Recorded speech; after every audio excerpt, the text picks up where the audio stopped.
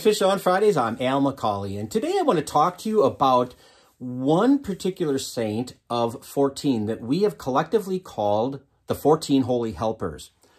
Now, I've talked about some of these saints in the past. I did an episode on Saint Dennis, who's one of the 14 Holy Helpers, and I'm sure I'll do others in the future. This particular episode is about one of those 14 saints, collectively known as the 14 Holy Helpers, and her name is Saint Margaret of Antioch.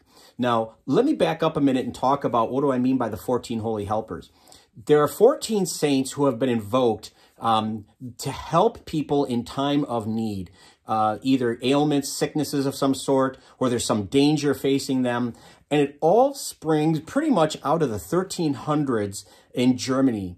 And I'm going to say a German word here. I don't pronounce German very well, but it's not Helfer. I think I said that correct. But it literally means helpers in need.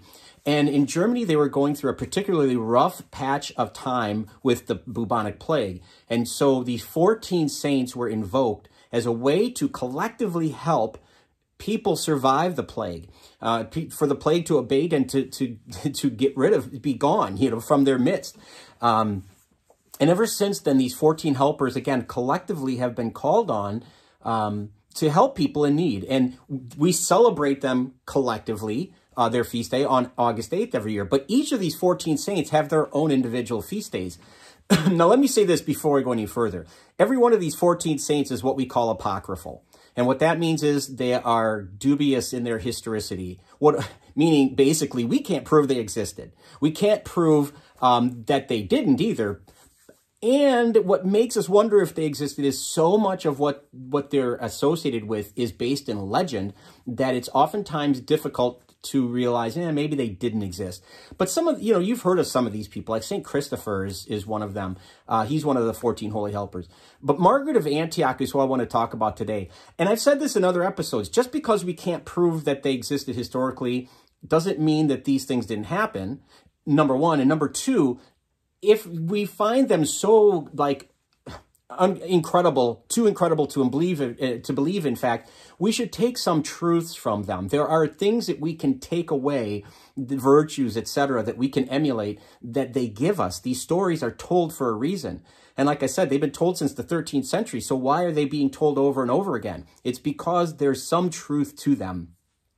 And Margaret of Antioch is no exception. So that's what I want to talk about today.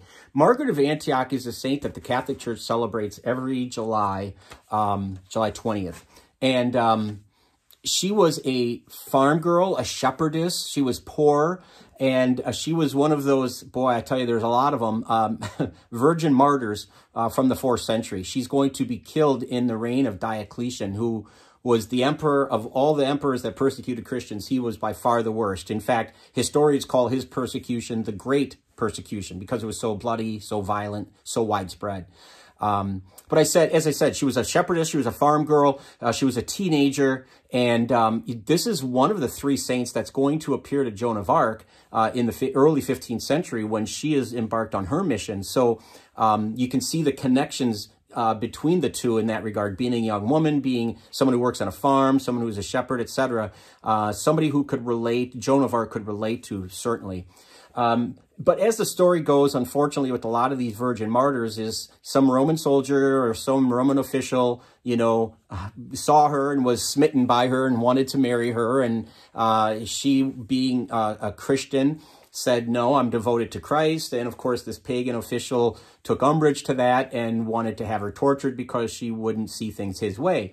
What we're told in tradition is that she was tortured first on the rack, that she was pierced with hooks all over her body and then thrown into prison, where the thought was she would die a very slow and anguished death.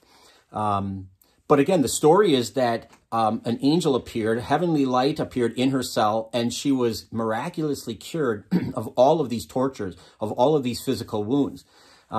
When they caught wind of this, the authorities took her out and they tried to burn her alive. Again, another connection to Joan of Arc. That didn't happen. It didn't work. The flames didn't touch her body. So they dispatched her by beheading her, which again seems to be a lot of the MO for the way these things go, which is, it's unfortunate.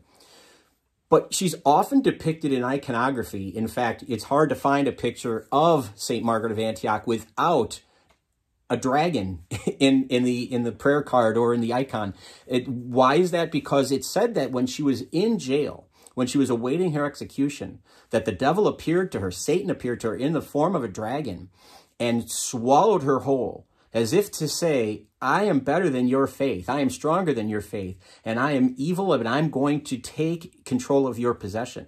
Well, what the dragon didn't realize, what Satan didn't realize is Margaret, being a good Christian, always held a cross. She had a crucifix and with Jesus, a cross with Jesus on a crucifix, and she always had it. And so when he swallowed her, he swallowed that too. And she used it to rupture the stomach of the dragon, and she emerged unscathed and killed the dragon.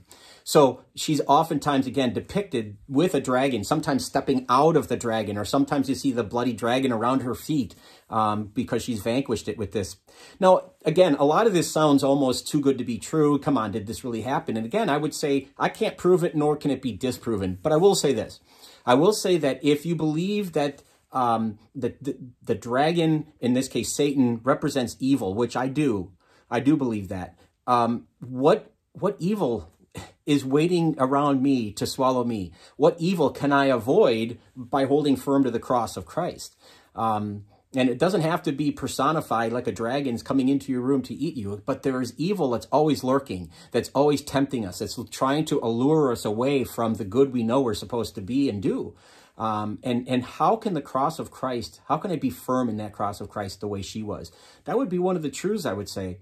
Another one is she's a young girl, and she was courageous to the point of death, torture and death. She was courageous with her faith and believed so strongly that in the afterlife, in the resurrection, that she was willing to succumb to those tortures and to death. And again, I wonder sometimes, am I that convicted? I hope I am. I like to think I am. But something to think about for all of us, maybe to take to prayer and to ponder and ask for more strength to deal with any kind of persecution that we face in our life, the way Margaret did, with that kind of courage and that kind of strength and that kind of conviction in our faith. So there you go. There's Margaret of Antioch. If you know or love someone named Margaret, perhaps you want to share this content with them, share it with anybody. That'd be great.